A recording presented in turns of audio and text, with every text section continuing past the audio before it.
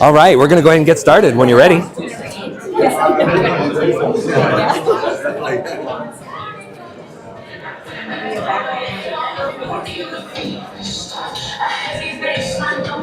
Inside your time, it spins you round and round till you're caught inside the trance. There's simply no escaping the dark hour of the dance. You can have it all, not the legal side. It's just a girl right there in the morning sky. The rains are riding out upon the horse's head. There is only going forward and there is no going back. There's one to rule them all. Hey,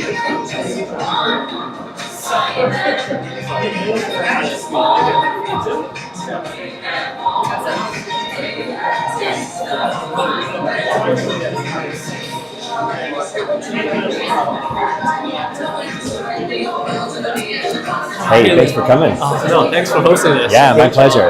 Yeah, hey, thanks for coming. Good to see you too.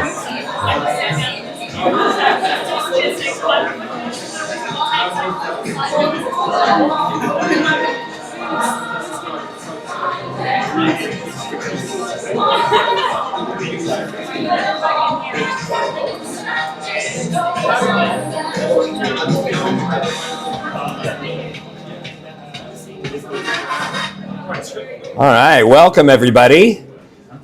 Thanks for coming to the Christchurch Artificial Intelligence Meetup group for our second Monday meetup. Today we're going to talk about AI agent management and engineering habits. And you know what it's like when you have a new agentic workflow, right? And you have to get this new AI agent running. And, you know, sometimes it needs a little help, you know. And you know these Rube Goldberg machines where things just go and the workflow goes and the whole thing goes. But with agents, you know, you really got to get your hands in there and help it along because tech's not great yet. I wish it was better, but sometimes we have to do a whole lot of this. And so we're going to talk about how to handle these sorts of things. Now, if we haven't met, my name's Caelan Huntress. I'm an AI educator and public speaker. I'm also a dual citizen here in New Zealand. Thank you. Yeah, happened last year right here in Christchurch. I'm also an American. I'm from Portland, Oregon, which is why I have this weird accent. So forgive me if I talk really fast. I get really excited about all this. But if you're on the Meetup group, then I'm going to send you the slides from today. Oh, are we still playing music? Gosh, the funk never ends with these guys.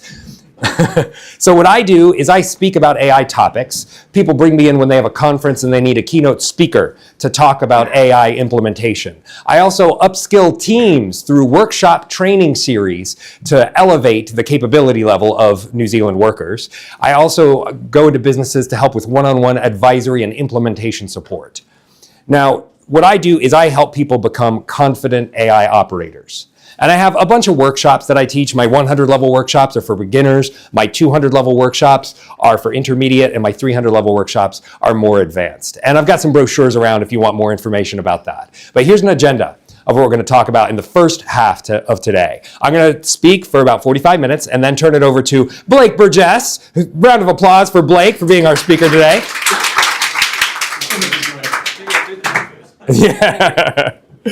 Yeah, so we're going to start by talking about the evolution of AI and where we are in the progression of artificial intelligence. We'll talk about the agentic loop and what the agentic loop means. We'll do some demos of AI agents and then talk about how to manage AI agents. And then I'll talk to you about some upcoming events before turning it over to Blake. Now, how many people here are members of the Meetup group? Show of hands if you RSVP'd on Meetup. Well done, excellent. Who's not a member of the Meetup group? Oh my gosh, I gotta show you something cool. On the Meetup group, I gotta show you something cool. You guys know about Mozilla, right? Where you do this game temporarily, and then it ends. Yep, save the dinosaurs. Okay, so the Meetup group, hush dinosaur. So if you go to meetup.com/christchurch-ai on our Meetup group, you can see our upcoming events. And there's this link right here.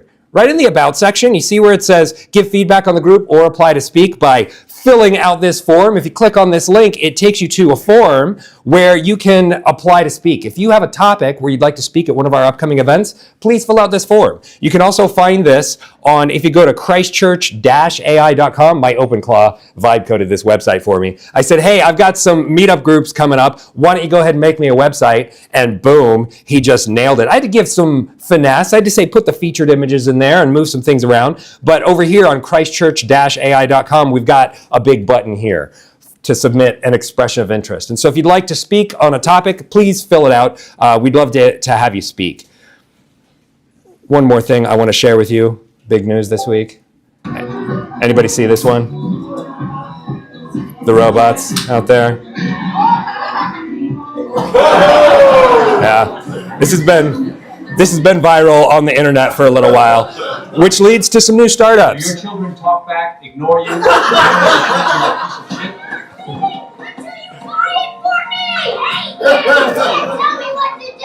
For thousands of years, parents have no solution until now with Unit 3 G1. Our patented technology never misbehave again.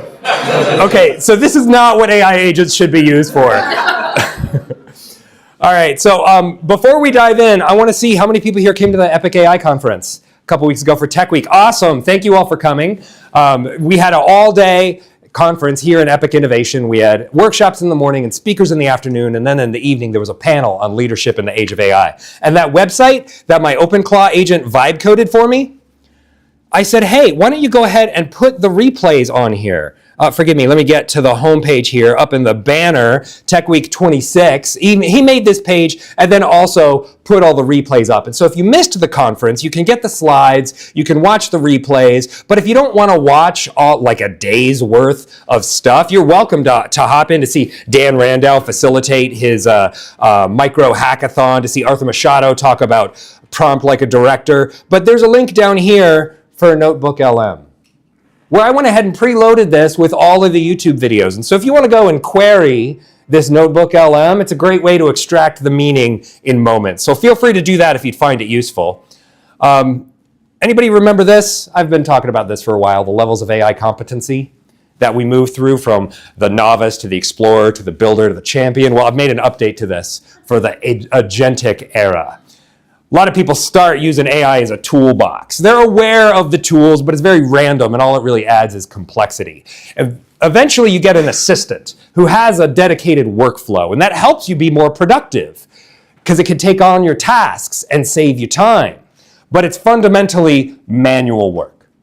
You have to be there to enter the prompt to get a response. The transition is above the line when you get to autonomous work, when an AI agent starts handling your workflows. That's how you get really effective, because you get deliverables. Your AI agent is delivering things to you. And that's one agent. But once you learn how to make sub-agents, then you can make an agent team, where the work of the human is coordinating these different agents together. And that's where you really start to see compound growth, because you don't just have one agent. Well, you might be talking to one agent, your CEO, who manages a team of sub-agents. You're like the president of the board. You can boss the CEO around, but you're not involved in the day-to-day. But you've got one agent who manages a team of sub-agents. And that's where you start to see this exponential benefit. And eventually you go to AI native, where you trust the system so much that you let the system lead you. And that allows you to step back and have AI run your company. Do we have any people here who would consider themselves AI native? Anybody who's at that level yet? No? Who's on an agent team? Who's got a team of agents? Show of hands. Awesome. Great. Who's got an AI agent? One agent that you talk to. Fantastic. Who are the people with AI assistants? Yeah. Who's got an AI toolbox? Yeah. Great. Now, I want you to imagine what it would take for you to move up a level. What would that require? In terms of your time and your attention, what would need to change? Because I'm gonna, a what? A reason. A reason. I got a whole stack of them right here. Workflows and productivity and stuff. Are these not good enough reasons? I just came up with this yesterday, so it's brand new. Thank you for the feedback. All right, so managing AI agents is the skill set of the future. If AI is gonna take a whole lot of jobs, what is there left for humans to do but to manage all of these agents? If there are puppets, then we're the puppeteers. There's a role for us. But let's get into a definition. An AI agent can independently initiate and accomplish tasks on your behalf. That's what an agent is. Agentic workflows give everyone a suite of digital assistants to automate repetitive work. Agent design requires strong soft skills, leadership, vision, and aesthetic judgment. These are the skills of the future. When AI was first introduced, it was analytical. It could do pattern recognition. The world's first chatbot was called Eliza. It was developed by Joseph Weizenbaum in 1966, and you could go to a terminal and put in a text prompt, and it would look in its database of possible responses and select the one that was most likely. But it couldn't change how it responded based on the user input. And then at the beginning of this millennium, we got to predictive AI, where AI could predict the next in a series. Based on your viewing history, Netflix predicts you'd probably like this video. Spotify thinks because you've listened to this kind of music, it predicts you would like this next in the sequence. And that's the autocomplete parrot, right? That's what this level of AI does. We're currently moving out of the phase of generative AI, where AI makes things for you. Sometimes we don't find it aesthetically pleasing, even if it's great, which I'm kind of sad about. But I want to take a little sidebar. Before we go into agentic AI, I want to do a generative AI. Normally at this point in the workshop, I ask for a name for a coffee shop, but we did this a couple months ago when we talked about vibe coding. Who was here when we talked about vibe coding 2 months ago? Awesome, great. Well, we're going to do something different. We're going to make a tourism company. So I need 3 things. I need the name of a small New Zealand town. What is it? Takaka. Takaka. I need 2 more nominations. Tilding. Tilding and what is it? Chertsey. That's the best one. I've got to go with Chertsey. All right. Now we need a hobby. I need 3 hobbies. Crochet. Model railroads. Model railroads. Kite flying. Kite flying. Kite flying in Chertsey. All right. And now we need a visitor type. Who are we marketing kite flying in Chertsey to? Southern American Republicans. Southern American Republicans.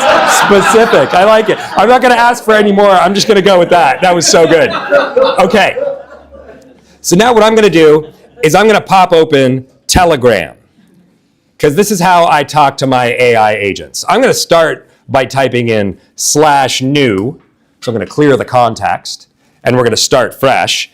And I'm going to ask Puck, my OpenClaw, make me a logo for a tourism business in, how do I spell Chertsey? Tsey, Chertsey, for kite flying for Southern American Republicans.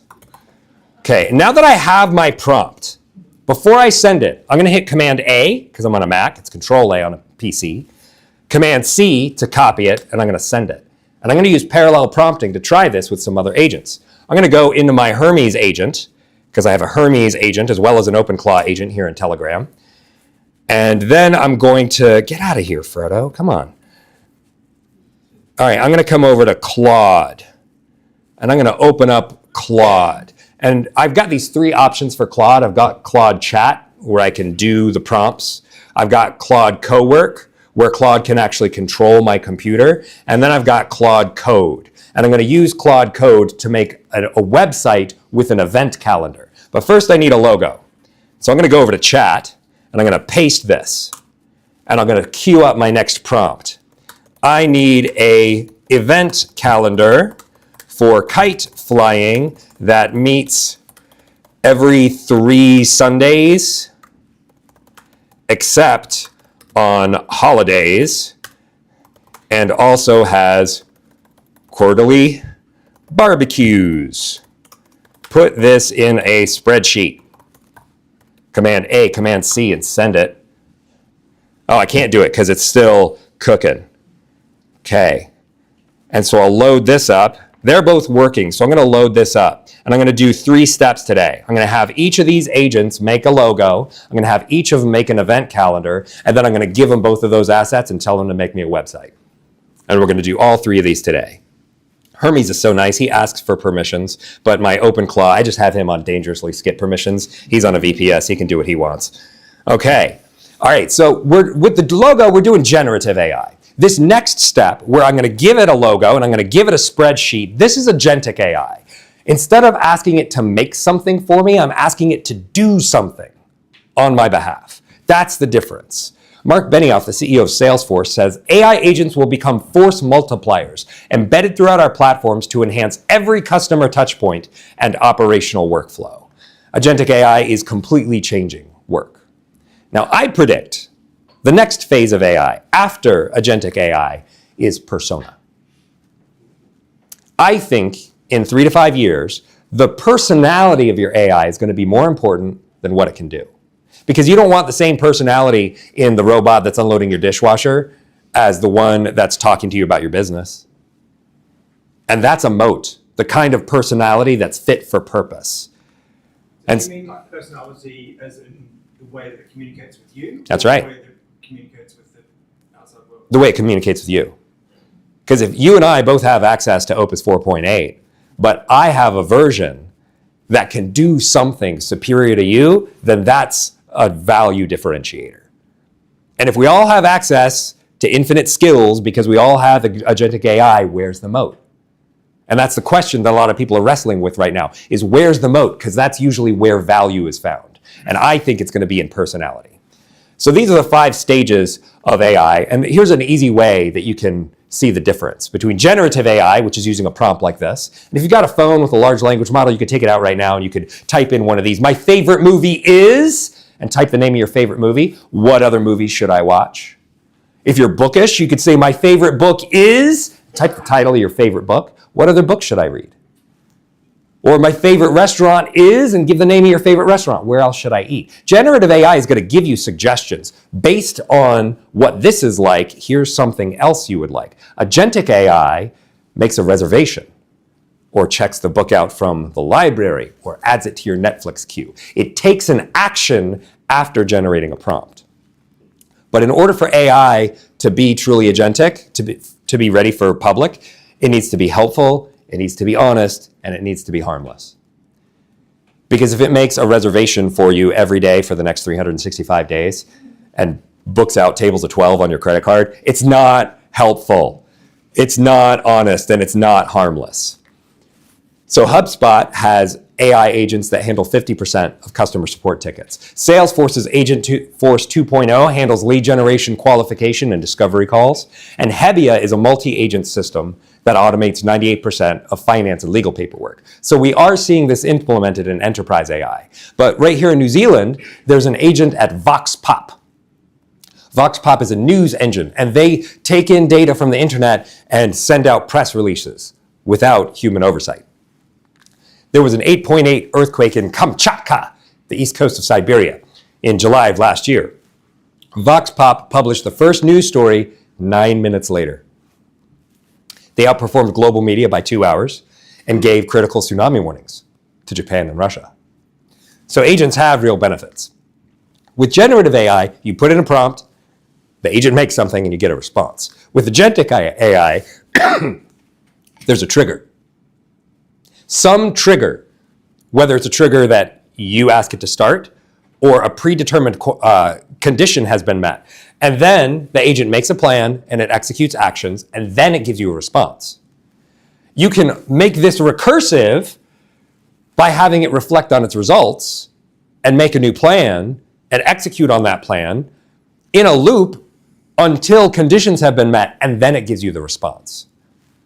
And this is a big upgrade because it means that you're not just treating an agent like a vending machine. Here's your prompt, give me a result. Instead, here's your goal. Anybody used /goal since it came out? Yeah. /goal is something new in Claude Code and OpenClaw and Hermes, where you can say /goal, here's what I want you to do. And it'll work to achieve that goal autonomously as long as it needs to, until it either accomplishes it or hits a blocker and comes back to you for further instructions. So in a lot of my workshops, I play games, and when you get these slides, this is a game you can play where you could do a crude version of an agent in any large language model. You're an autonomous agent. Your goal is to draft a book proposal for a nonfiction book about AI and productivity. Break this into steps. After each step, evaluate progress and decide the next action. Continue for 3 cycles before presenting the final result. And if you can turn the thinking on so that you can see the thinking as it comes out, then you can see it go through this process of getting to a result and then analyzing its own results. AI is actually better at evaluating content than it is at generating content. And so if you put this evaluation loop in, you're going to get superior results. You know, the large language models of yesteryear are a lot like a map. I want to go here, here's how I get there. But what an agent does is it allows you to change direction and change destination. You know how when you're driving in a GPS and you start going somewhere else, it'll just dynamically update to what you need. And that's what agents can do. The big thing that agents do is they interact with an environment. It's not this sandbox of your chat session. You can have an agent monitor an environment and get triggered by it. When this happens, you want to monitor the metrics. That's an action. And then it's going to analyze the problem, plan a solution, and execute a workflow and make changes to the environment. That's the big change with agentic AI, is now AI agents have hands. But in order for AI agents to work well, 4 things have to go right. You have to pick the right model. You have to teach it the right process. You have to provide it the right context, and you have to establish the right guardrails. If you do all 4 of these things, you're going to be much more successful in designing AI agents. So the agentic, oh, sorry, did you want a photo of that one? No, I'll give you the slides later. The agentic loop has 3 steps.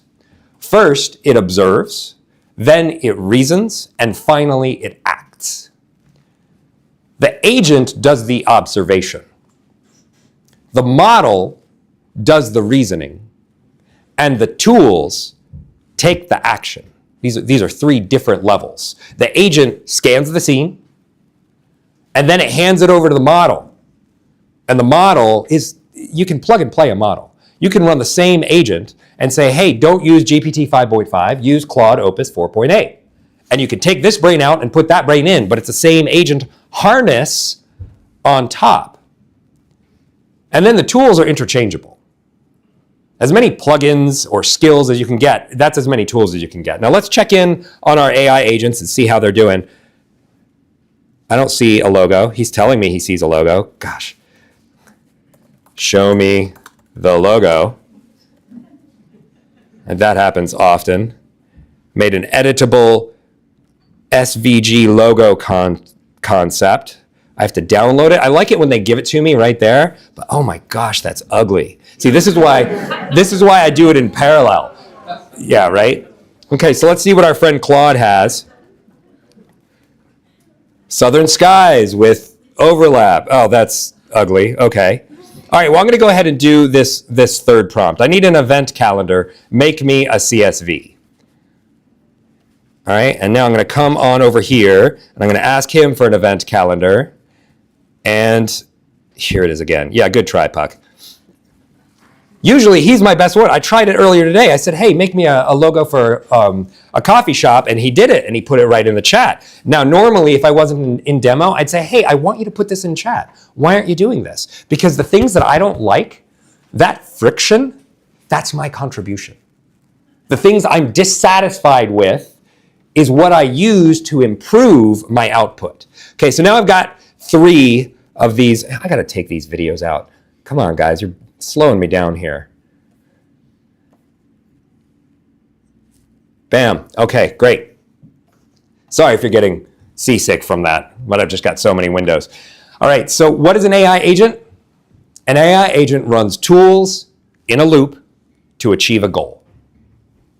That's what an AI agent does. It runs tools in a loop to achieve a goal. It can initiate and execute tasks independently, finding the best way to transition from an initial state into a goal state. That's the purpose of an AI agent, is to go from an initial state into a goal state by using any tools it has available as often as it's capable of doing.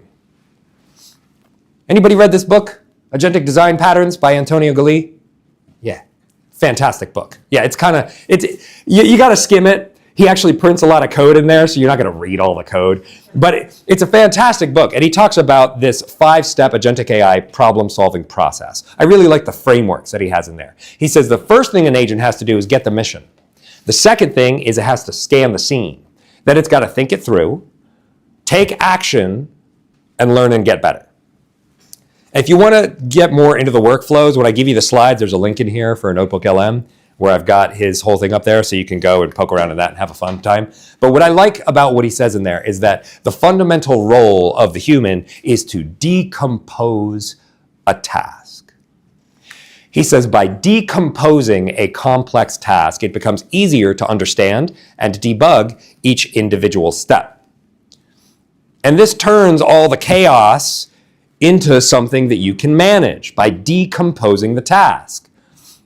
Now you can see this in detail. If you want to use a large language model game, I often use this advertorial analysis, where I'll give a piece of content to a large language model and I'll ask it to review it and have 10 of the world's greatest advertorial experts in a bunch of different fields provide detailed feedback and score it on 1 to 100 and give a reason why it gave that score and suggested fixes, and it goes in a loop until the average score is above 90.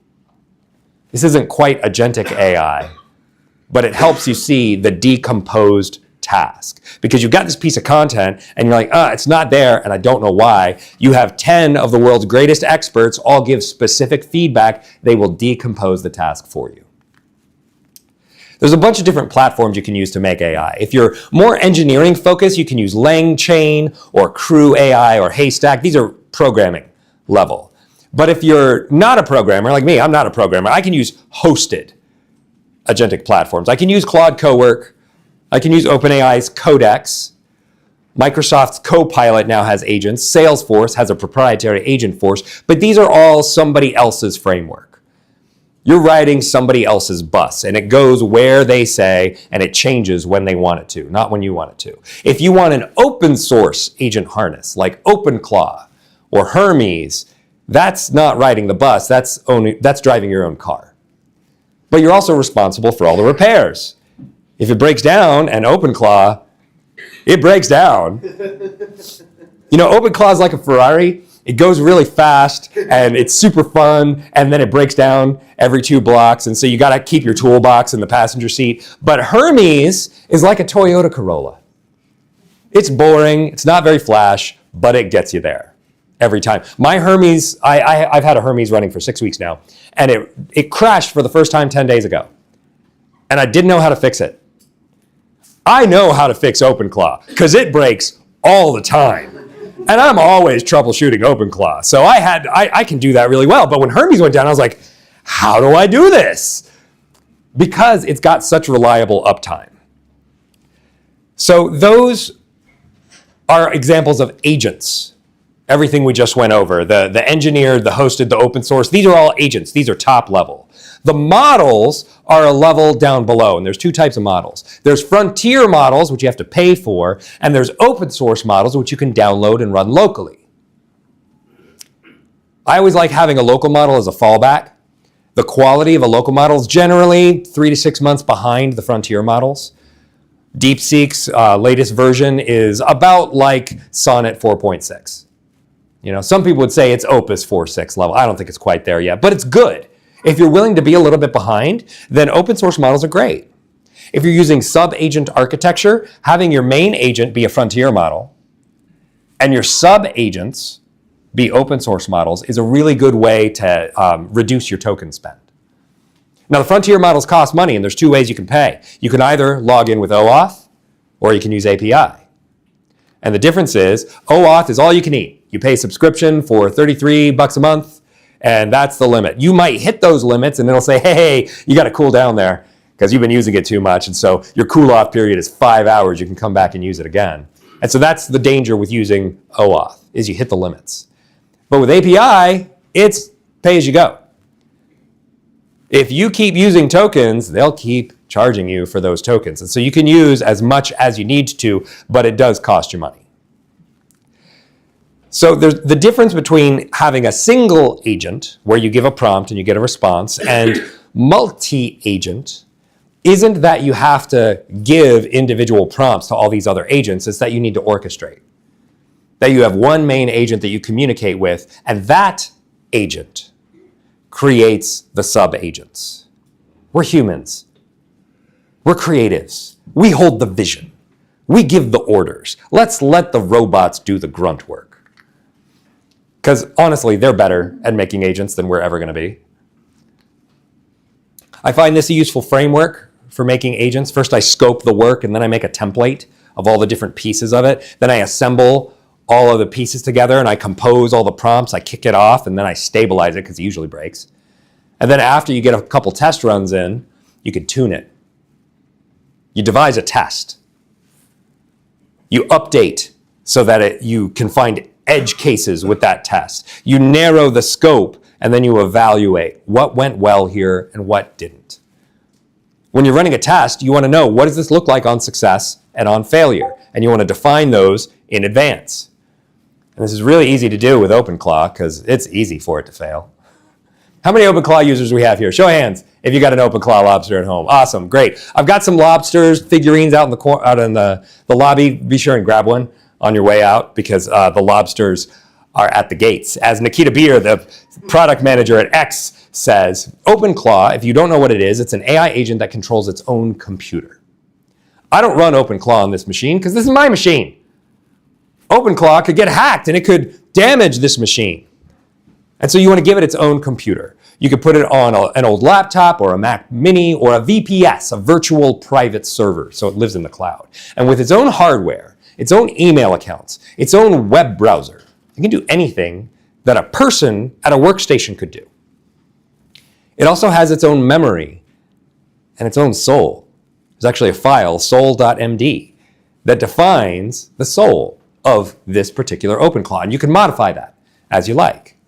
OpenClaw is a 24 AI assistant working on whatever you want. It was originally created by Peter Steinberger, who launched this as an open source project called ClaudeBot, as a pun on Claude, because he was using Anthropic's Claude. Unfortunately, their legal team got to him before their partnerships team.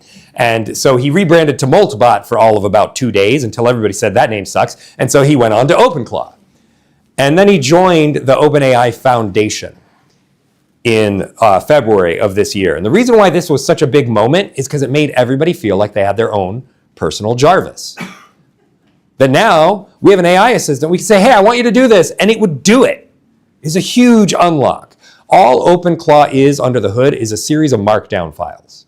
It's a lot of programming, but the way that we interact with it is just markdown files. They're text documents that are human readable and Git friendly. And they look like this when they're in text. But if you're in a markdown reader, this same text looks like this. The hashtags are for if it's heading 1 or heading 2. The asterisks, if there's 1 or 2 of them, tells you if it's bold or italic. And so it makes it really easy for an AI agent to scan this very quickly with a low token count. But if you give it a PDF where it has to interpret visually, it's a much higher cost. So Markdown's a very efficient way to talk to AI agents. Every time you run a session, every time I ran a chat with my OpenClaw agent, it reads all of these files. It reads the agent's file, the soul file, the user file, the identity file, and today's daily log, every session. So you want to keep these lean. Your memory files should be a table of contents and not the entire book. Because if it's reading the entire thing, every page, every session load, then it's going to cost you a lot in tokens. Okay, so let's see how we're doing. Great, I've got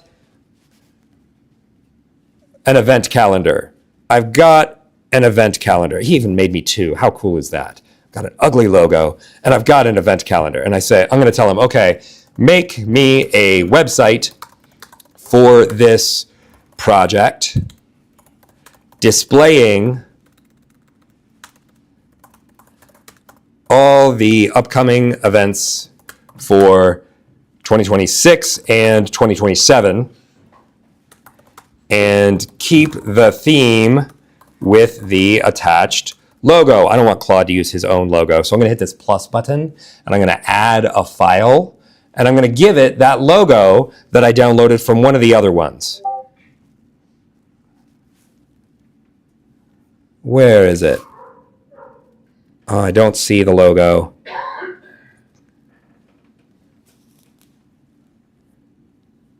Where'd it go? Sorry, 1 second.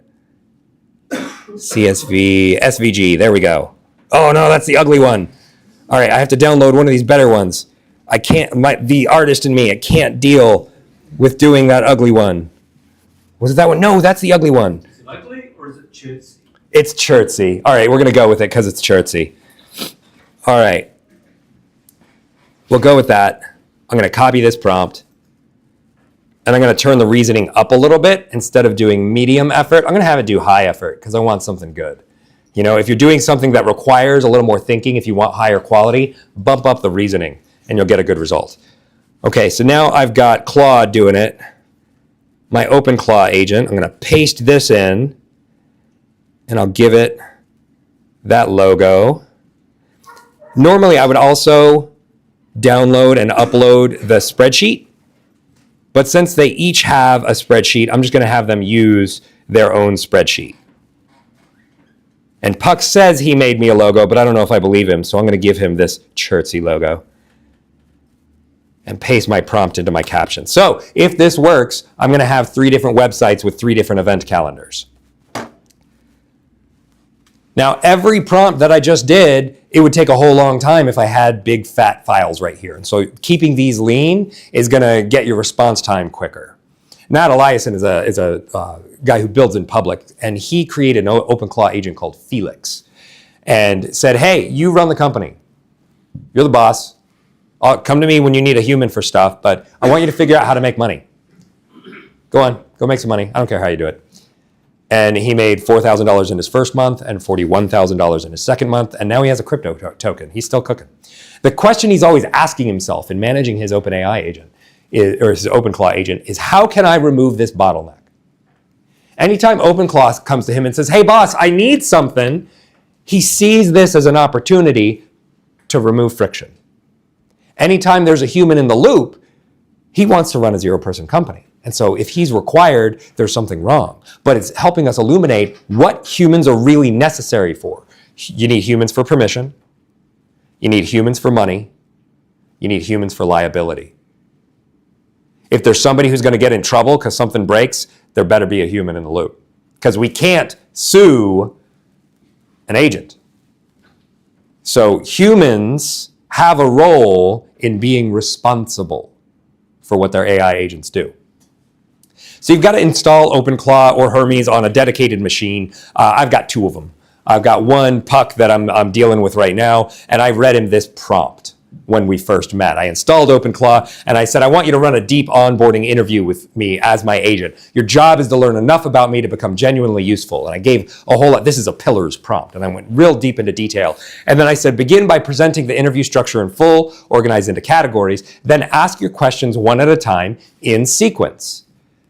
And so it asked me a question, and I used voice typing to just dictate my answer and sent it, and then he asked the next question. It took 30 to 40 minutes. And now anytime I do an agent install, this onboarding interview helps orient the agent to the type of work he's going to be doing and who his master is. And that's something agents want to know, is who is this guy I'm working for?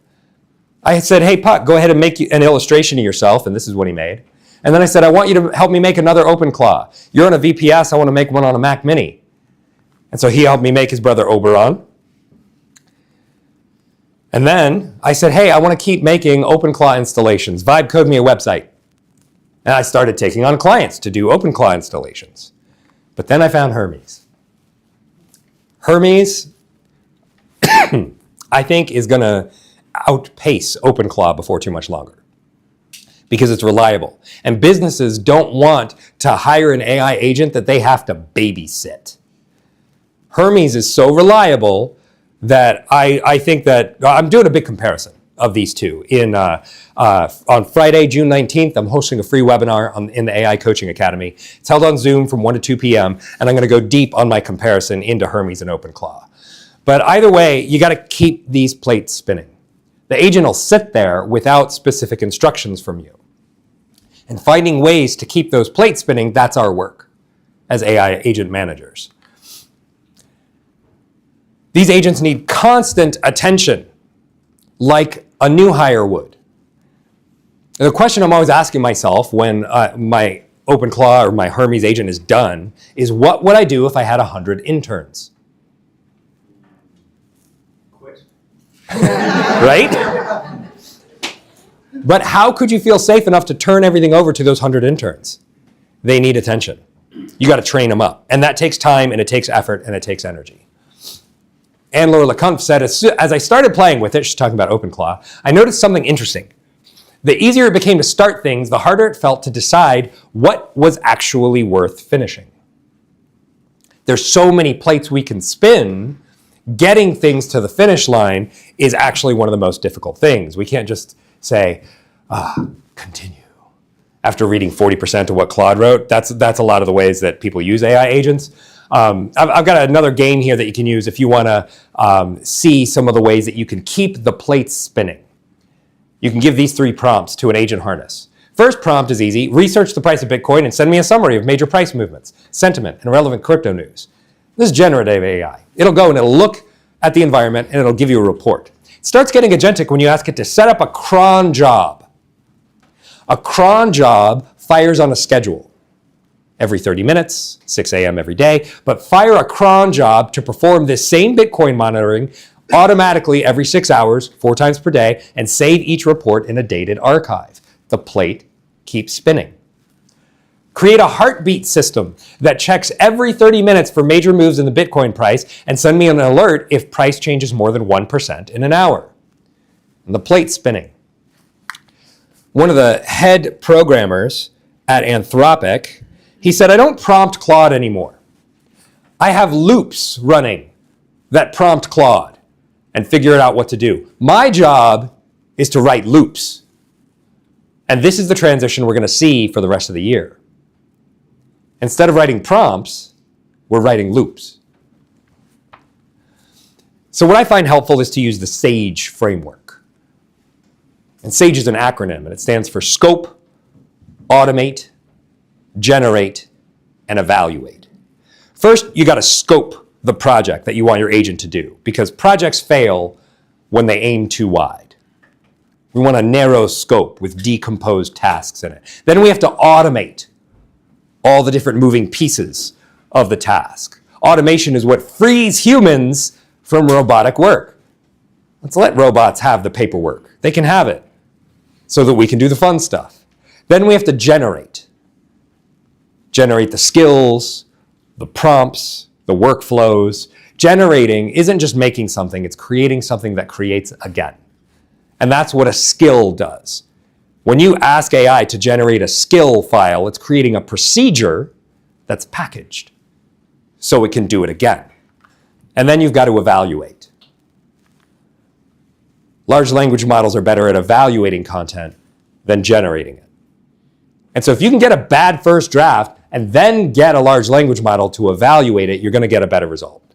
And so this 4-step framework, the SAGE framework, this is what I use for building agents. And if you want to build some agents with me later this month, I've got a way that you can do that. But I want to share with you this quote from Tiago Forte, the author of Building a Second Brain. He says, a creative lifestyle requires a creative process, a repeatable, reliable system for generating ideas, gathering and organizing them, and putting them to use in concrete form. And this is the critical skill in being an AI agent manager. It's not what you do in the agent interface. It's what you do with your ideas outside of it. You'll be walking along and you'll have a great idea. Oh, I could have my AI agent do this thing for me. I could have it review that. I could have it fix this thing. Where does that idea go? If you've got Telegram and you could talk right to your agent, you can send it right there. But some of your ideas need some fleshing out. They need some time to percolate before they're ready to hand over to an agent, because you have to decompose the task. So where do you keep those ideas?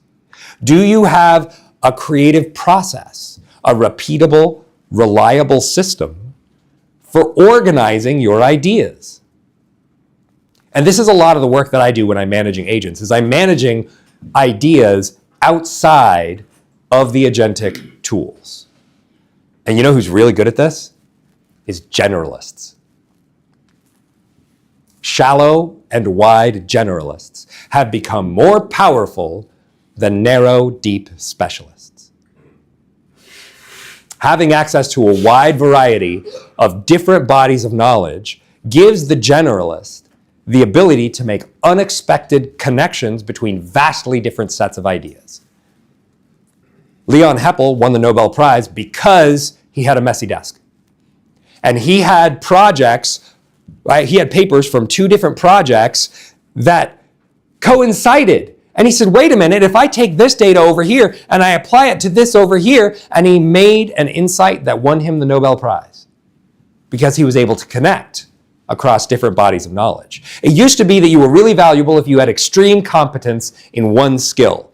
But in the age of agentic AI, having shallow skills in a large variety of areas is actually going to be more effective. I'm not a generalist, I'm a polymath. That's what I tell myself. E.O. Wilson says, we're drowning in information while starving for wisdom. The world henceforth will be run by synthesizers.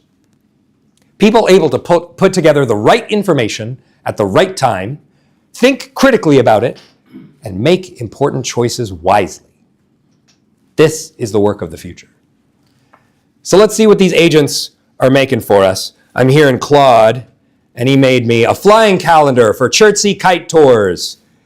5 days, 15 hours, 14 minutes, and 22 seconds till the next flight. Here's some upcoming ones. I can filter by all 2026, 2027. I've got all the dates in here. I could even make these individual pages. I could say, hey, I want to boost my SEO. Make a page for each one of these dates and stuff it with SEO keywords. I can give feedback based on what I like and I don't like. I like these things about the colors. I dislike these things about the layout, and I can iterate and make this better. Puck gave me a screenshot. It's a better logo, though, that he was hiding over there. That's pretty. And he's got all these dates. Let's see, did he give me a link? No, he's got his source. All right, I'm going to tell him, add this onto a subdomain somewhere and give me a link. So that way I can go and click on the link and see it live. See what Hermes did. He gave me the logo again. This is why you do it in parallel. It's because some agents are going to nail it and some of them are going to stink. And so only by having them in parallel are you going to get good results. The moral of the story is, in the future, if you want to succeed, strong soft skills are the way to go. The things that AI agents can't do, have an experience like this, the conversations that we're having out in the hall, AI agents can't do these things, creating legitimate human connection. And the insights that you learn from this, you can apply towards your work with AI agents. So I'm going to let you know about some upcoming events before I turn it over to Blake. We meet here on the second Monday of every month. And next month in July, we're going to talk about AI in healthcare and agri-food industries. We've got Rowena Woolgar and is going to be speaking, as well as Dr. Harold Mayaba is coming down from Nelson to speak. And if you're registered on the Meetup group, you'll get notifications for all of our upcoming events, and you get the slides. So if you want the slides from all the events, just be a member of the Meetup group, and I send it out to the entire group after every event.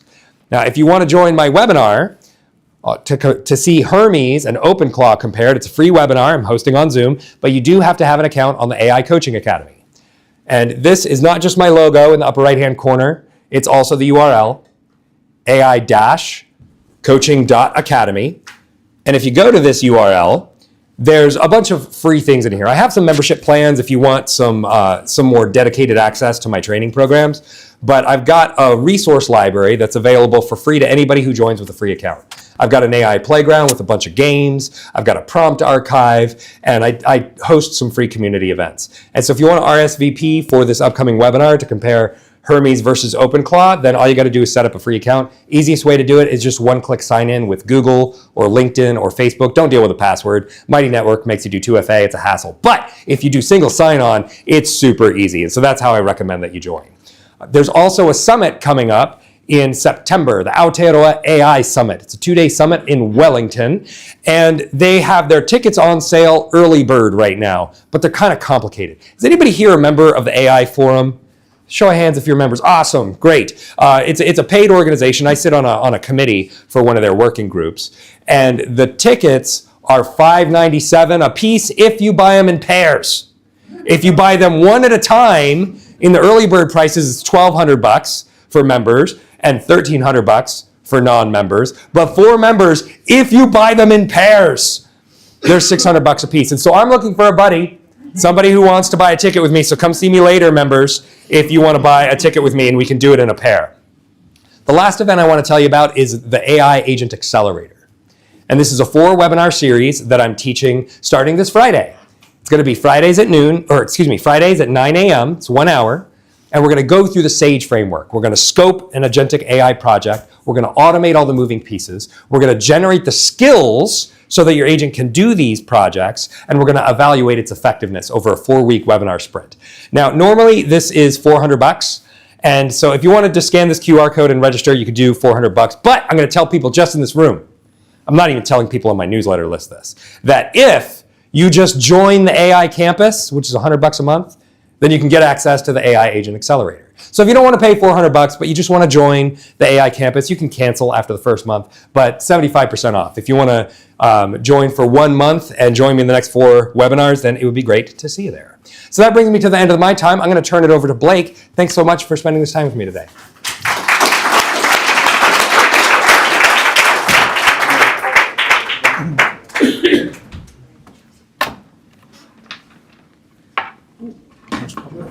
Yep, go for that. Thank you. Good. Thank you. I'm going to grab my power in a second as well. Should be here.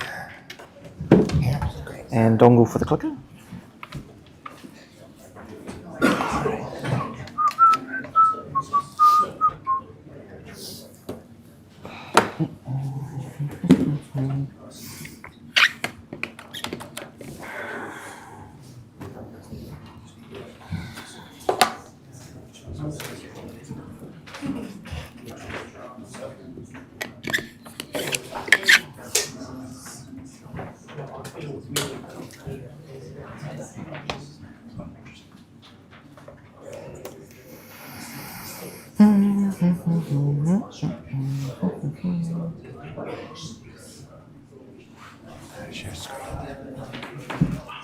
Push button or install it again.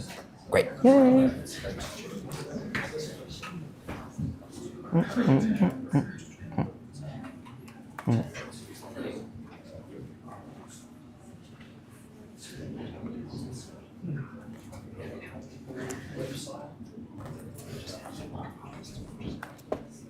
Cool, close enough. You can hear me down the back, you can see stuff down the back? Kind of? Volume or size? Me a bit louder? Awesome. Kia ora. At the bottom there, it's me, it's Blake. Do I need 2 of these or 1 of these? Oh, you got one. Never mind. Thank you. Great. Did you put it on, Blake? Yeah, it's just for the recording. We don't have it hooked in the speaker. Okay, thanks. Lovely. Okay, so I do all of that. Awesome presentation, all of that, but at a software development perspective. We're going to see like terminals, text on a black background, don't freak out. And I'm doing this from the perspective of someone who just like loves what they're doing. So just keep up, it's going to be fun. 20 years as like a hobbyist programmer, 10 of that as a professional, and the last 3 kind of doing all the weird AI stuff, but still keeping all the old skills. So I come from that fundamentals background. I think the outcomes are really important. All the outcomes, whether it's for business or for fun, for yourself as an individual to learn more and get more out of what you do. But those fundamentals are really important for some people. We need some developers. When we think about what we stick together, I've got a spreadsheet over here, some Xero account over here, and I want to just send everything, send all my money, get all my money. That's awesome. We're gluing things together. And glue is going to be something to think about carefully. If we just spend all our time gluing things together, we're not going to do anything and we're just going to have glue on our hands. So the analogies around agents having hands is awesome because the same problem applies to them as applies to us. This could also be thought of as integration. So whenever you hear about people integrating things, connecting things, this is always the danger zone of software, and it's still the danger zone for AI as well. especially when they start doing things like calling APIs. You know, we're talking about connecting data, connecting systems. We want to be careful. The more power we give to our AI agents, or the more power we give to any software we run, the more likely we are to run into trouble. We saw a diagram about being honest and being helpful, and there was another word Harmless. in it. 3? Harmless. Harmless. Awesome. So that looked like a paraphrasing of something called the lethal trifecta, which I'll speak to briefly at some point, maybe. And if we have those 3 things, we have risk. And I don't have time to talk about security and governance today, but that's just as important as everything else in the next, I think it was 103 slides, so we'll crack in.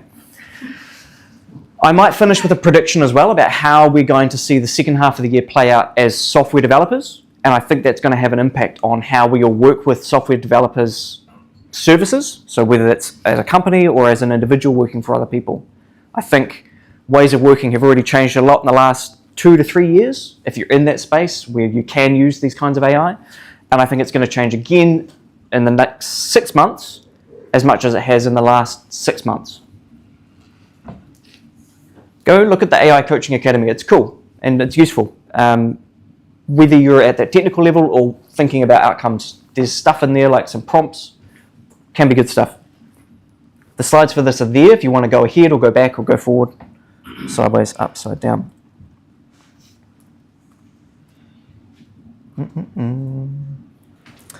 Oh, we have a cursor. That's cool. All right. So last couple of talks, I'm kind of like anti-AI. So 2 or 3 talks ago, I said, look, just learn how to use keyboard shortcuts. Then I talked about taking away the magic. And so today I'm going to show some of the kind of magical stuff, but underneath that is an understanding of how the stuff really works. And underneath that is an understanding of being able to move information around yourself can still be better than building AI, even today. The 3 key ingredients, rephrased from what we learned just now. We need to be able to generate stuff that's typically done with these large language models. There are small language models as well. They're called SLMs. Those are LLMs. And we can run them up there, over there, or here, or maybe even here. I don't think we're running them on watches just yet, but we're seeing lots of what I call miniaturization, which is an awesome thing for the ability to walk around in the forest on a nice hike and go, what is this? Take a picture, get an answer. We're getting there. You also need to be able to do stuff. That's tools. Tools are really boring when you break it down. It's literally just a piece of code calling another piece of code, or take that up a few levels. It starts to sound really fancy, but again, it's just boring when you understand it. And I think that's a good quality to strive for in all the ways we work, and especially with all the agents as we build them. And repetition is what kind of takes this to the real agentic, the real agency. Did you define agency today? No. So sort of the ability to do what one wants. Or if you think back to having plans, the ability to change your plan on the fly. If you don't have some kind of general control flow, you're always going to do one thing once, and that gets boring for the users pretty quickly. But I really do just reduce these things down to computer programs. There are some extra bits that make them, say, spicy, but they're really not that surprising if you roll your sleeves up literally and just bang your head against them for a while. 40 minutes or so. Just to use a real simple analogy of like biochemistry, if we say that the behavior is the phenotype, it's what we see, it's how it appears to us, and there is structure underneath, which is kind of the genetic material, having an understanding for those different parts is really going to help you be less surprised when it does something awesome, be less surprised when it does something frustrating, deal with, I don't know, a customer support request and it's asking you for a receipt that you no longer have and just please put a human on the phone. So we have already heard a little bit about like harnesses and models, agents. You might have also heard of things like model providers or model routers and inference providers. It's a bit of a keyword soup. And what makes it really hard is all the big players use the same words to describe both the harness part of what they give you and the model part of what they give you and the other parts of what they give you. So I can use Claude's model with Claude. It's not a very good sentence. I can also use Gemini inside Gemini. Oh, Gemini CLI? Let's stop there. I think you get the point. It's just a bit crap. But we'll get into some diagrams that kind of break this down layer by layer. And in simple terms, none of us are probably making models. We're just using models that other people are making. That's quite a hard engineering thing, requiring a lot of data, a lot of computation, etc. But the harnesses is how we interact with AI, and that's where we all have a choice in this room, whether it is through something really simple, like early days would be, say, a ChatGPT website or other similar websites, to the one that came out yesterday, which might be Hermes now running on your phone using those cron job things, so it's running every 30 minutes, and it's letting you know when you got a new email that needs to be looked at right now. There's sort of a spectrum, and a lot of the innovation is still happening at the model level, but the models are good enough. They could stop now and they would be good enough. The harnesses, there's a lot left to develop, and Hermes came out in February this year. To me, that's a lifetime ago. The good enough models came out 6 months ago, and that's been years. So the harnesses are sort of a wee bit behind. We heard models are about, say, 6 months behind the frontier if you choose to go local, if you choose to go open source, which is the direction we'll go today.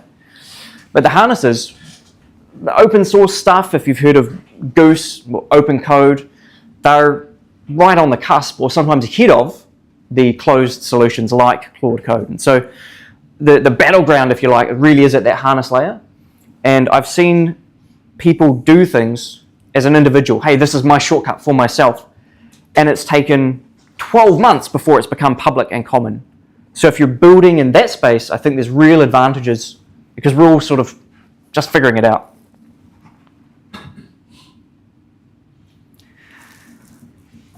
Agents become an overused word already. My earlier definition around being tools in a loop, the ability to generate and make decisions and make plans is, again, quite reductive. Any one-off task could be an agent if you run that script multiple times.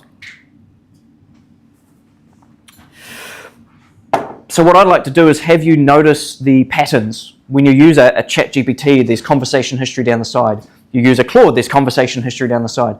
You go to open web UI, there's a conversation history down the side. The good ideas spread and everyone adopts and they kind of cross-pollinate. So those ideas are what you want to look for when you're exploring other implementations. So let's say you go look at Hermes and its killer idea was self-improvement. So it has a process. It's one of those cron jobs. It runs once a week to throw away old conversations.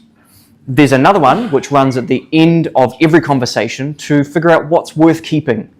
And essentially you create a skill, a reusable set of instructions, a recipe for success out of every conversation you have.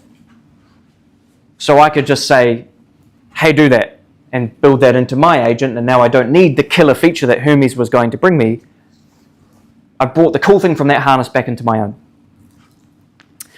But the agency part of agent, might need a different word, is having the computer make decisions and do things without you in the loop. And that, I forget the guy's name, Tiago Forte? Tiago Forte, yeah. This whole tension of like, get myself out of the loop or stay in the loop for governance reasons or ownership reasons or ethics reasons is a really interesting one to watch. As an individual contributor, I've got the responsibility of pushing back if there are issues. And as a sort of governance view, I want to enable other people in the team to go as fast as they can using the best tools. So this balancing act of taking yourself out of the loop for some part of the loop and keeping yourself in the loop, it's loops on loops. Very cool. It would be awesome to have a quick recorded demo here. I don't. I will, though, when this goes on YouTube, try to link it back to the other YouTube from March, which I believe is, it's online, just not listed. And what we did there was actually started with nothing. We gave ourselves an agent that would say hi back. So no matter what we said, it would just say hi. So it's friendly, but not useful. It then started to say back what we would say, and that's like a really bad version of Eliza, so I think I need some help. But you think you need some help? So sort of a paraphrasing parrot, if you like. And that's a bit of progress, still not super useful. And just sitting here and building step by step, you can get to the point where you have for yourself, given some amount of data, the ability to have more conversations. So if we think back to agents being generating text in a loop with tools, a loop is trivial, that's one line of code. Generating text is a bit of a hard problem, but we can build that using something like a Markov chain. And then the only part that's missing is tools. Tools is kind of interesting. As a software developer, I'm typically using coding agents. So that's a subset of agents which are specifically designed to help with the software development tasks. And if I flip over to a take on what that job looks like.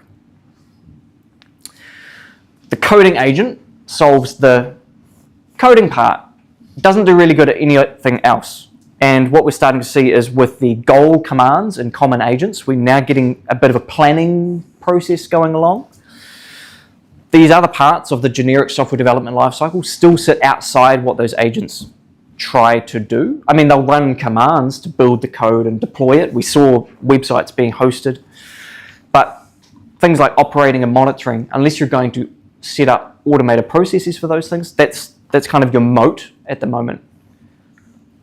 More specifically, as a coder, if you branch out and take over more of that lifecycle, that's more job security or longevity in your role. But the key thing is here, if you have a set of tools for coding, what do we need? I read code, so I need to read files. I write code, so I need to write files. I probably want to just edit bits of a file. And for everything else, there's bash. So that's 4 tools. Right? And unironically, if you go searching, and I'll pick on one I enjoy, which is Pi. Oh, that's cool for my demo. Pi coding agent is kind of what did you say, Toyota Corolla for Hermes? Yeah. This is like build your own skateboard while you're on it. And then it kind of has jetpack modes of like a little bit of jetpack and a lot of jetpack. So if you really want to go deep on an agent that you can mold, especially if you're willing to get into kind of that technical level of modifying the agent itself, this is where I would start. This is your building block for an agent that does nothing but what an agent needs to do. A simple agent really is those 4 tools, about 200 lines of code. You can build your own. This will give you some of the basics built in that you should use. And so start here, pi.dev, be in the slides. So we've also got something like Cursor. So before I get to the demo of what I use from a habits point of view, how I speed up, how I simplify or remove friction from some parts of my job, I'll show you the debugging I was doing just before. And I did that by going to something like Cursor. So while I have my own custom agents and what have you, I'm also a bit of a pragmatic person at times. As a software developer, Cursor has been fine. It's been boring. And since about the start of last year, it's been good enough. Other things have come and gone. This has just been good enough. Every now and then something else will have a feature, they'll catch up. Pricing goes up and down a little bit, but good enough is good enough. And if I keep chasing perfection, I would not deliver the value that my customers and my employer actually wants. So give this a spin. Again, if you're wanting to get into that, agent, useful, has tools to do the job. So this is more than 4 tools, but adding some debugging statement. If we look at that thinking trace, I think all good tools will let you see the thinking trace or reasoning trace, which is really just some text that gets generated before the text that gets generated. I'll show you that in a minute. What do we do here? We read some files. So we've read the file. We've then searched for some stuff. So I lied, there were actually 6 tools. There's also a grep and a find. But when we're reading code, we don't necessarily want to read an entire file. So we'll give ourselves the ability to search through parts of a file by keyword. We then edited the file. It's like boring, right? And this is the point. When you're building software at a fundamental level, if we go look at, say, the code, which we edited, quick aside, so wave 1 get stories. I like to name things that I can remember. when I am working in my job, we have a backlog, a list of work. Think of it as a bunch of sticky notes on a wall, but digital. So maybe Kanban or Agile or Scrum kind of get you thinking. Or if I was to say Trello, Jira, Atlassian, that kind of stuff.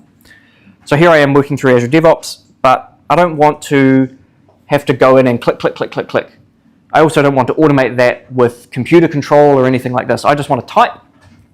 Even better, I just want to talk. So throughout the day, as you can see, I've got some old ones there. I will just type into this notes file. And at some point, I will just run the wave one get stories.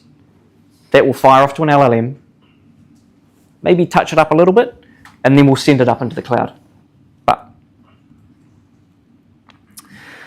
before we get there, we want to do the debugging. Yeah, that's fine. I don't know. Do you want to see some of the voice stuff as well, or should we assume that I'm doing speech to text? Because that's not... It's not especially unique though, right? We've all seen that now. All right, we'll circle back if we have time, but let's assume that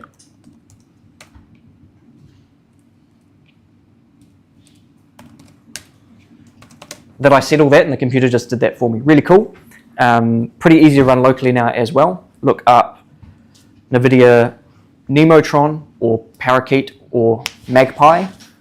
I don't know where they name these things, but those are the names. And you can pretty much run something on a local laptop like this. If you want to go really constrained, you could look up Kitten TTS. Again, I don't name these things, but we can now do sort of a speech to text thing, which is great from an accessibility point of view. That was today, by the way. Yeah, I think if I'm talking and then I get this and then I do, I mean, again, it's going to be kind of boring, right? That's sort of the point.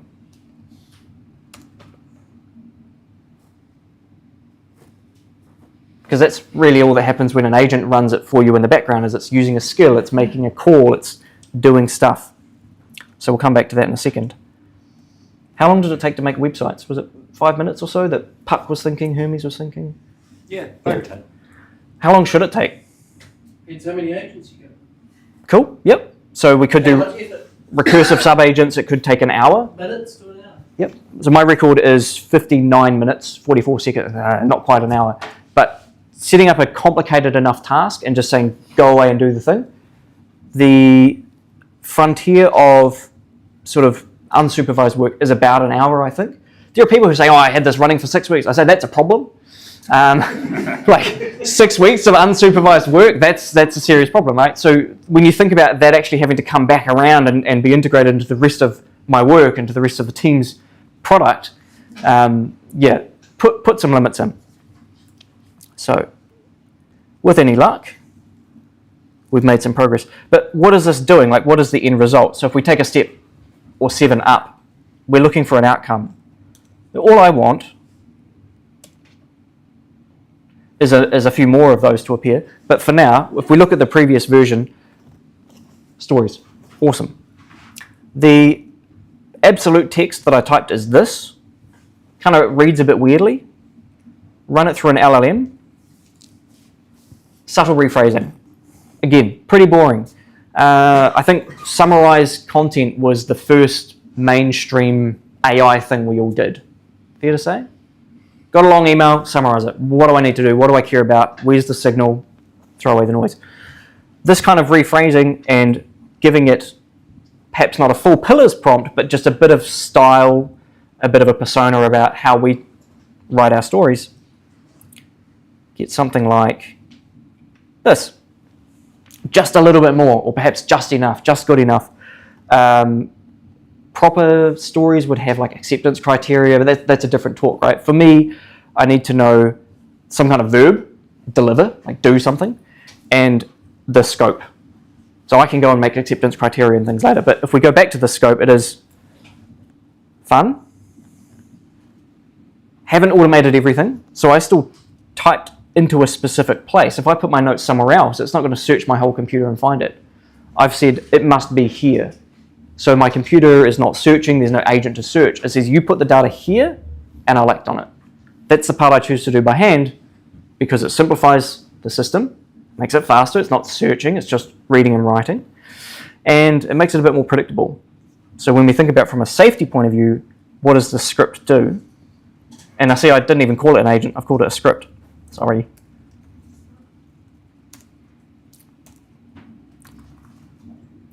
We will fold everything. Visible-ish? Yep, cool. We are going to fetch a bunch of stuff from Azure DevOps, push it back again. And we will just unfold from here. Have we got time? Fine. We're going to split the story on some lines or perhaps some phrasing. Get to the LLM part. Stories from an LLM. We have a prompt, which looks like, not much of a persona to be honest. You can always add more to a system, you can add more to a prompt, you can add more to an agent, but if you can add less and still get the same result, it's kind of one of these like philosophical things to aim for. I think the rule of parsimony, rule of simplicity. Keep it simple, right? Just keep it simple. So I'm saying extract stuff, and I want you to write it in a specific shape. For those of you who have seen how tool calling works, like strictly speaking, in a technical sense, you're basically saying, if you make your output in a certain shape, then I will catch that, my program will catch that, and do something else. So in this case, we're going to take this list of stories that comes back, typically one, and we're then going to parse it, right? So we're going to step through that output and change its shape into something that we can understand. We're looking for a title, a description, possibly a parent. And then the rest of this is just feeding that off to Azure DevOps. So we're basically saying, hey, here's some text, change it into a different shape, and then we'll send that off to Azure DevOps. So this is like implementing tool calling the hard way. But of course, I didn't write this code. I asked an AI agent to write the code. So even doing things the hard way is easier. Let's see if we got these here now. Ta-da. Oh, well, that's okay. Could be VPN. We'll move on. Back to the slide. So if we wanted to go a bit deeper on the harnesses, we would look at more complex agents that have bigger system prompts to guide the behavior more specifically. We could look at putting the tools into the agent harness itself. So something like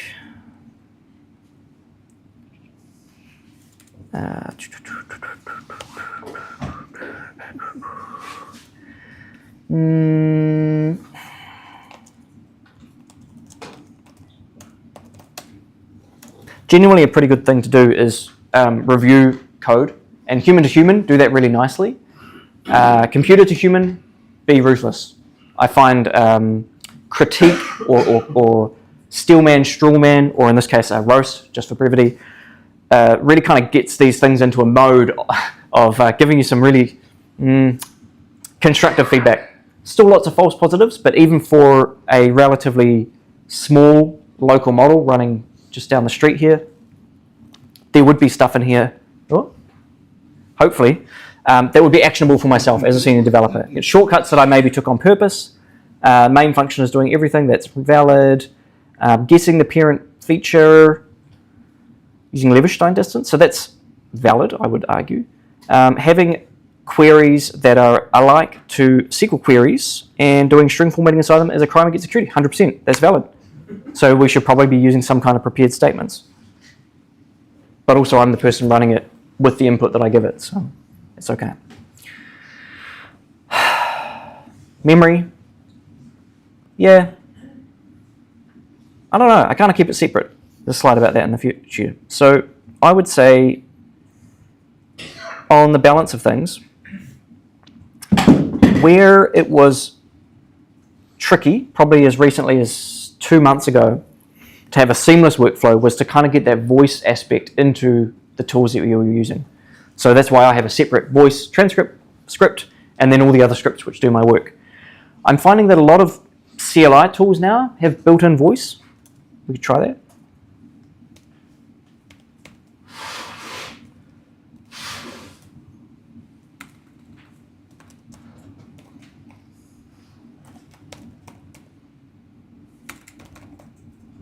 going, Blake? What are we waiting for? What am I looking at? Are you seeing this?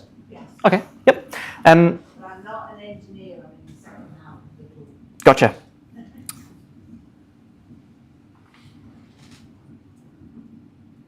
It's gone now, but that's okay. You were doing voice. I was.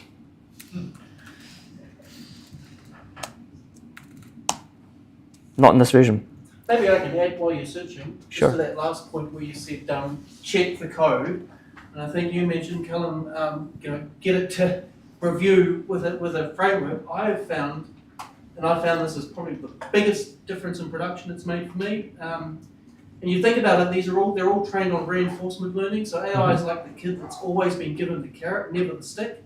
Sure. So one of the things that made enormous difference for us is telling it, great, we've done a job, we've built a tool or a piece of code or whatever, and then telling it at the end, this failed in production. Maybe even telling it how it failed. Yeah. Telling it failed. It did not succeed, it failed.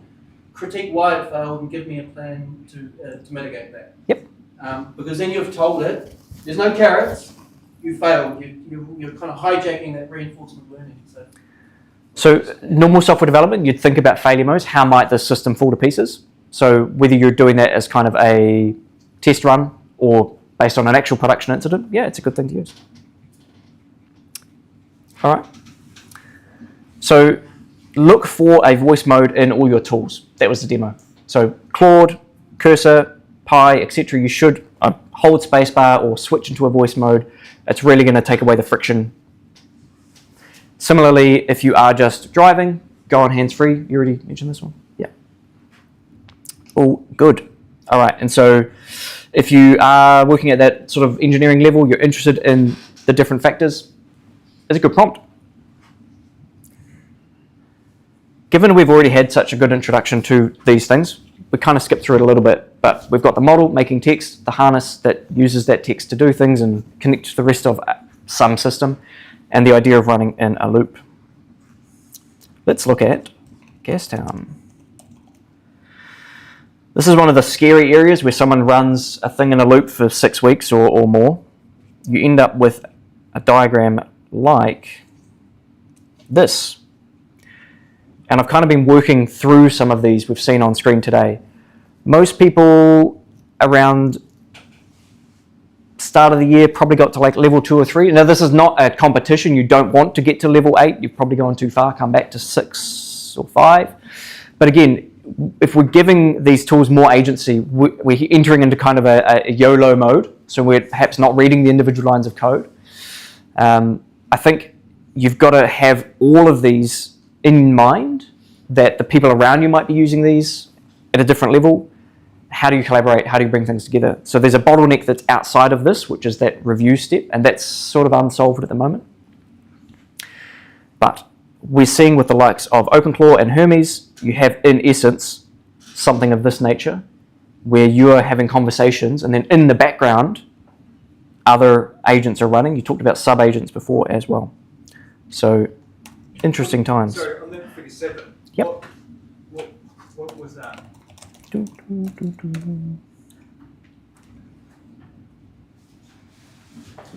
have kept it open. It was like multiple terminal windows all running different. Yeah, sort of more than you could count, I would say, is how I interpret that one. Couldn't tell you the exact wording, but yeah. What would they all be doing?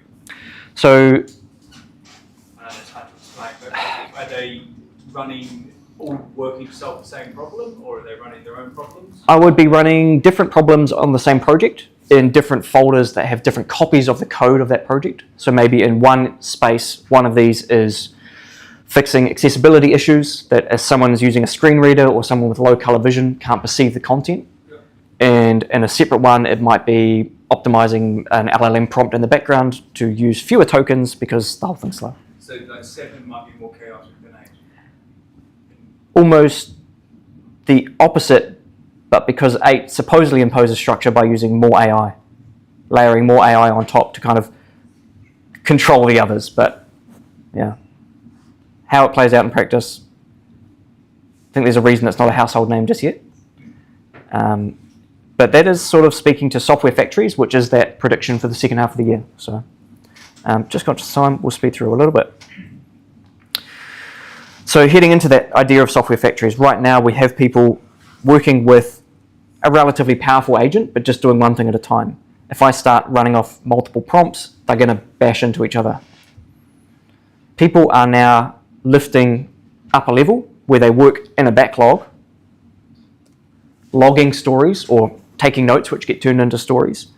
And an agent on a timer picks those stories up, writes the code, implements the feature, maybe runs some tests, hopefully, critiques itself, and then pushes up a pull request or even merges that and gives you a URL to go to. So that entire software development process, you're still doing the planning. You're basically saying what you want. You break it down a little bit, because if you just say, I want an app, you'll get an app, but break it down a little bit. The factory is going to put all the way through to deploy/operate. It's just going to be there. Then you can move on to the next feature. So starting to see factories come out. I would say Ralph Loop in the news is sort of a build your own factory. Gastown was another example. The one I wanted to talk about was Archon, if I've still got that open. Cool, Archon. So this is, again, working at that really low level, building harnesses by just kind of defining things. And so if you know what declarative programming is, you're basically laying out a recipe, but you're not saying like each step of the recipe. You're just saying, here's the ingredients, you figure out what that actually means. So declarative, you're declaring what you want, and some engine gives you the result. So this is where we're going. I give you an issue description, then something like this runs, and as we step through it, we're exploring the code base, make a plan. We read the plan, we implement that, we then run some tests, and each of these is separate and isolated, so they may have different personas, they may use different models. And at the end, we push that all the way up and create a pull request for human review, interactive human review. This is sort of, by the end of the year, something that people might be using in anger. If not at companies, then certainly at an individual level. And this is sort of the last couple of months worth of end game technical agentic programming. So can you give that to existing code as well? Existing code, like existing agents, say Claude Code from 6 months ago? You built your app or whatever. Could you say it like? Oh, certainly, yeah. So when we think about like my app, say this script that is itself a bit of an agentic example, I can run a Pi coding agent on that over here.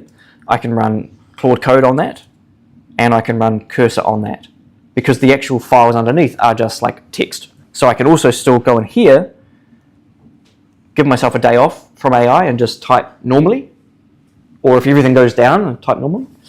So generally there's a lot of interoperability between those things. But if you're storing all of your like skills and personas and other kinds of instructions in a specific format, they might not get picked up by the other tools. So there's sort of a lack of consistency. If your question is you're looking for something to go into some code base and build up the agentic structure, No, I was actually talking about Archon. well, there's Claude Code set up which will do exactly that. Yep.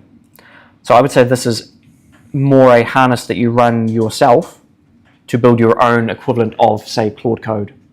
But it's almost like if you wrote this out as a skill and had Claude Code run sub-agents to emulate each step, you'd get pretty close. This is more deterministic, it's more code. So it's literally going to do this every time, whereas this as a set of instructions given to something like Claude Code, depending on how the model feels that day, if it's been quantized a bit too hard, it might do some or all of these steps in any order. Probably that order. So looking for engineering, not vibes. So move to something that's more declarative.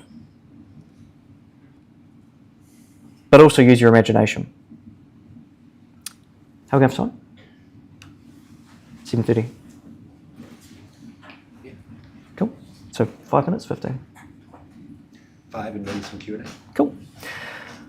Bringing that all into habits, because if you think about your ways of working, you want to find days or times in your day to bring in some or all of what we've just been through. The two words I'd give you is Kaizen, which is continuous improvement, and Kakaru, which is at the other end of the scale. Chuck it all out and start again. So probably won't demo much of chucking it out, but thinking about all those things that I do, wrap it up and run it. We've been through that demo of what I think of as being boring and repeatable and relatively high friction work. Some idea. For me, I want to get it written down as quickly as possible. So I have a place I know, I go there, I type it, and I don't have to worry about the rest of the process. That'll happen later when I run that script. Put some dividing lines in if I've got more than one idea that I need to get out without having the time to go and find that DevOps thing and load it up. Just write it down. The most important thing. Other things, basic code review, so thinking of that critique, if you like, as a lint check. So don't replace yourself in terms of reviewing the code for security and good practices, but do use it. Think of it like a lint check. It's okay to use. And also looking at the completeness of the description of something or the summary of something versus what you said it would do. Wrap that up. First, just ask the AI agent to do it. Second, have it generate a program which does that thing. So one of the tricks here is use AI to take the AI out of the thing that you're trying to do. The right amount of AI is the minimal amount. Replace as much of the kind of statistics and maybe I'll do this, maybe I won't, with deterministic programming. Python's relatively easy to read if you want to kind of blur the lines between not being a programmer and being a programmer. Suggest running your things manually for a while and then trying to evaluate, improve, iterate on those things. I wouldn't run it once and then try to make it better. I wouldn't run it forever without trying to make it better. I'd do something in between. And that's sort of a general principle that applies to ways of working, right? If you change the process every time you do it, not really a process. You're just making it up. And if you stick to the same process forever, you might be leaving things on the table. So that all applies in the AI space. Tools and permissions are the same thing. And not really a habit, but sort of just a mindset that one of the biggest problems we have with all of this stuff is that it's not just a free lunch, it's not a free win, because we have to think about security, privacy, risks, and so on. And I can't unpack that today, but it's definitely something I'm quite strong on, is how we do this stuff safely, by wrapping things up, by sandboxing them, whether you're doing that yourself or by carefully working with someone who can do that for you. But again, replacing magic with engineering. So just in 3 minutes or less, those 3 habits, looking for boring stuff to replace, do it in this like awesome magical way and then make it boring, and restrict the permissions as much as possible. Chop up the work into small pieces and manually move information around yourself to avoid those massive permissions issues. You can imagine the idea of having a background voice agent running the whole time in some kind of meeting and then creating actions. If you've heard of the lovely local company Contented, you'd know more about that story, and that's one worth looking up if you're really interested in that as an idea and as a way of working. We've seen the work product today.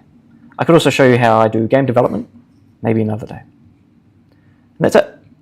So we've seen, quite subtly I think, but if it wasn't clear, there's a really awesome book called Atomic Habits. Take that whole book, ask an AI agent, how do I apply this in this world? You'll get some awesome answers. Bit of jargon. I think we've been through the jargon.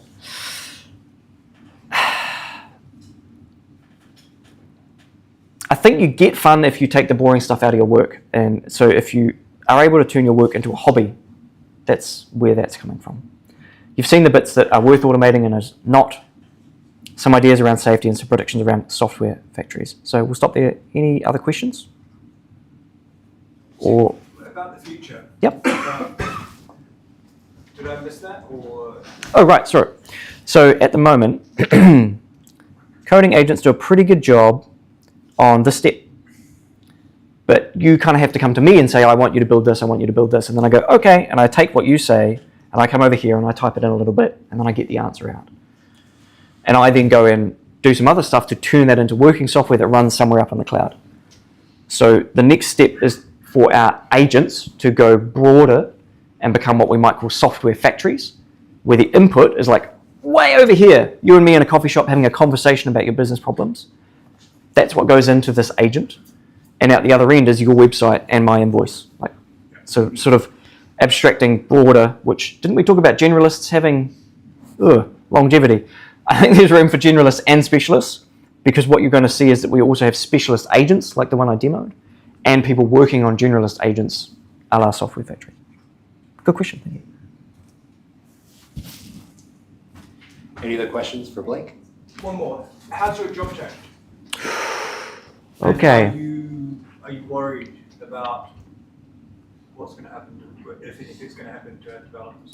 I'm very lucky because I've been doing it long enough that I can do it the hard way. Yeah. That's the really short answer, so no. I still mentor and teach people the same way I did 2, 3, 5 years ago. In fact, maybe I push them harder because I think that some of those fundamentals, like what is an Ethernet cable? You know, still important for some proportion of development. For some proportion of people who use computers to build stuff, some of us need to know how it works. What's L1 cache, L2 cache? Like, it's jargon, but someone has to know it. For myself personally, I still do a lot of typing. I use my voice sometimes, not this much. It's leaving me. I don't run agents 24/7. So I don't have any background work. My work stops when I do. I have an extra slide on this actually. So, Do you think your output is higher? no, I would say I do more relevant work more of the time. So every developer wants to think that the work they're doing is 100% relevant to the core goal of the work. But sometimes you add a button that just doesn't matter. You add a feature that the customer, yeah, everyone's going to use this. No one ever uses it.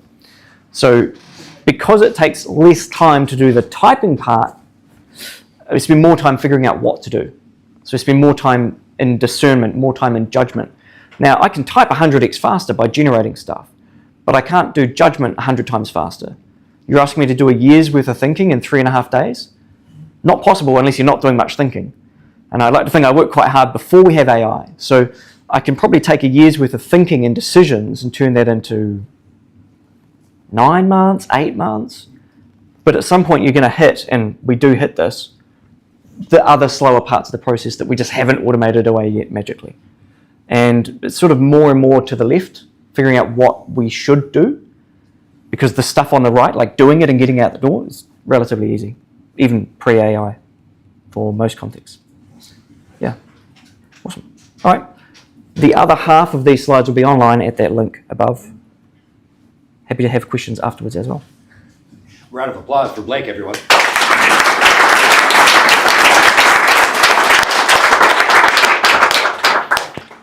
Thanks so much. Please stick around, have another drink. We're going to be networking and chatting until 8 p.m. So start some conversations. Maybe meet somebody new. Maybe find a project that you want to get involved in.